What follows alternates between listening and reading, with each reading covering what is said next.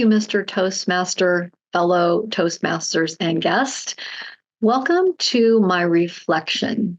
I have completed a path, and I thought not only was it the perfect time to reflect on my engaging humor pathway, but today, this month, about right now exactly, is my 5-year anniversary with Toastmasters. 5 years ago, I was living in Kirkland, and our Toastmasters Club was meeting at a physical location in North Creek in Bothell, just past Home Depot. And I found the club online. I drove over and I joined the meeting for the first time. I was looking for something. I was in transition. My youngest child was about ready to graduate from high school. I was making some decisions about career moves. I had started a coaching program.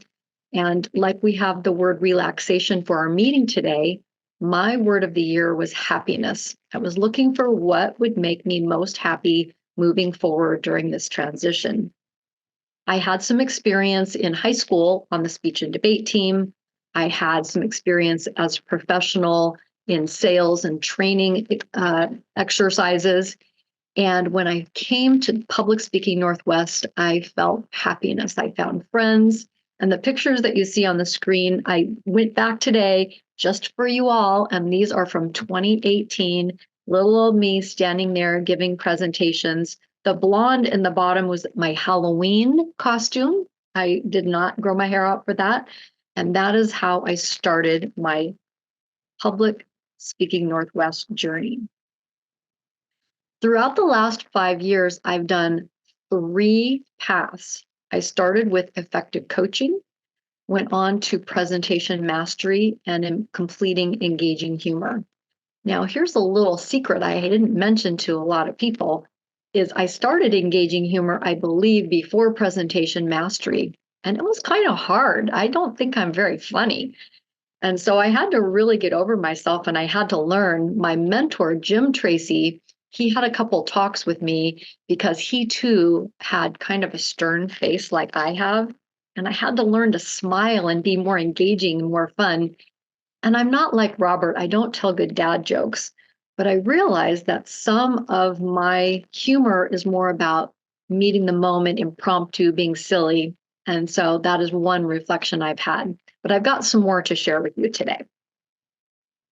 The first is that over the last 5 years, I have had tremendous professional growth. I started my own coaching company, Success Street Coaching. I'm sitting there in my office up in Snohomish. And the pathway of effective coaching really brought forth not just the communication of being a presenter, but being a good communicator in business. It's allowed me to work with a lot of the group programs I do, building consensus. It's been a high impact for me. I've had the opportunity to use that presentation mastery path as well in my professional speaking journey. I've had a lot of opportunity to speak in front of women's groups. The one on the right with the flag is at the Snohomish Chamber about a year ago. I spoke again at the Chamber, and I speak in front of parents and kids in other realms. So professional speaking, Toastmasters has just given me a chance to practice to like work out the bugs and get things that don't work out the first time. So when I am in person, I can be much more polished. It's also given me a safe place for professional growth with my books and my financial literacy programs. About 4 years ago, I launched The Little Books of Big Business.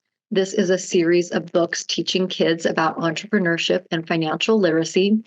And the first time I decided to bring the books forth, Kat Casey, there you see in the front, I was nervous. I was not sure of myself. I was uncertain as an author, but I gently brought it forth to Toastmasters, and I was so embraced, not only encouraging me on, but I gave practice speeches about financial literacy to kids. And then I went on to give those speeches in front of parents. So it really helped with my platform.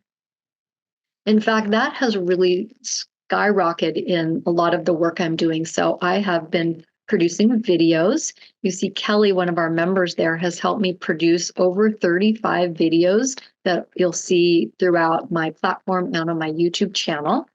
I teach kids classes. I've been on social media. And it's really helped me lighten up a little bit. Like engaging humor's got to be fun, right? And I got to have a little more fun with it. So that is a big part of what has happened with that. Kelly will say to me, pretend you're talking to the YouTube people. And I'm like, oh, and I just switch into that character a little bit more. So it's been good for me. And there again is my YouTube channel. It's a lot to put yourself out on video. And the work that we've done on Zoom and being on camera regularly has been a big part of the work that I do.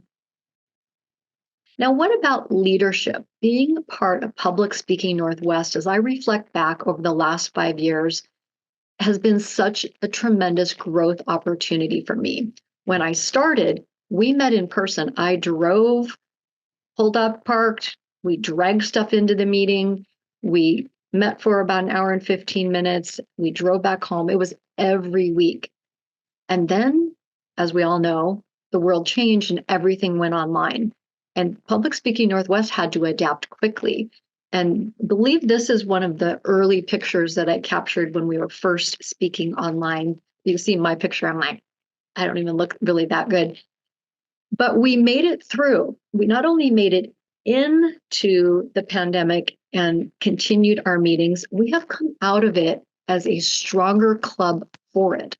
We have created a hybrid model where we meet once a month in person and the rest of the month on Zoom. And our members love it. Our membership, we always kind of had to get to that 20 member every spring. We are well over 20 members every year because of it, because this is working. And I feel very privileged that I got to be part of that culture of leading the charge of what we were going to do as a VP of Public Relations, and I got to do 2 rounds of president. Our culture of kindness and encouragement continues from our founder, Gene Tracy. 20 years later, we are celebrating that anniversary, and our club is stronger than ever. My neighbor is a good friend and a longtime Toastmasters. I asked him, someone was looking for a club recently, and even his club closed because it's hard to keep a club going through all the pandemic. So I'm really proud of what we have created. Friends. Every single person in Toastmasters I believe is a friend. And it's not just because we have things in common, it's because we learn from each other and we are on this path to personal growth together. I've worked with some of you professionally, like Kelly, producing videos. Some of you, Lakita, Deanna, drove up to my office and celebrated my office open house. I have lunch scheduled with Lynn in a week. Marcus and I have judged at speech and debate teams for teens. There's a lot happening behind the scenes, and it's been a really fabulous group to be a part of. So 5 years later, as I reflect on my path, I want to just sit in the moment and project forward how much Toastmasters has meant to me. Effective coaching has helped me launch a coaching practice. I'm serving the greater Snohomish Puget Sound area, and it feels really good to be able to not only get my name out and present, but to be able to communicate with my clients. Presentation mastery has helped me build my confidence. So I get nervous before I speak. Everybody does. There's that rush of adrenaline, but it's how you harness it. It's writing it down. It's being prepared. And I hope to continue to be a mentor for many people in the club going forward. And engaging humor, yep, I've learned that I can be funny, and I can be funny in my own way. I can be lighthearted. I can be a great attendee at a meeting and smile and be engaging. I can work with kids in quick situations and have fun with them. And so overall, it's just given me a really strong sense of moving forward. And I can't wait for the next 5 years to be part of Public Speaking Northwest. And I highly encourage you to continue on your path and keep speaking, Mr. Toastmaster.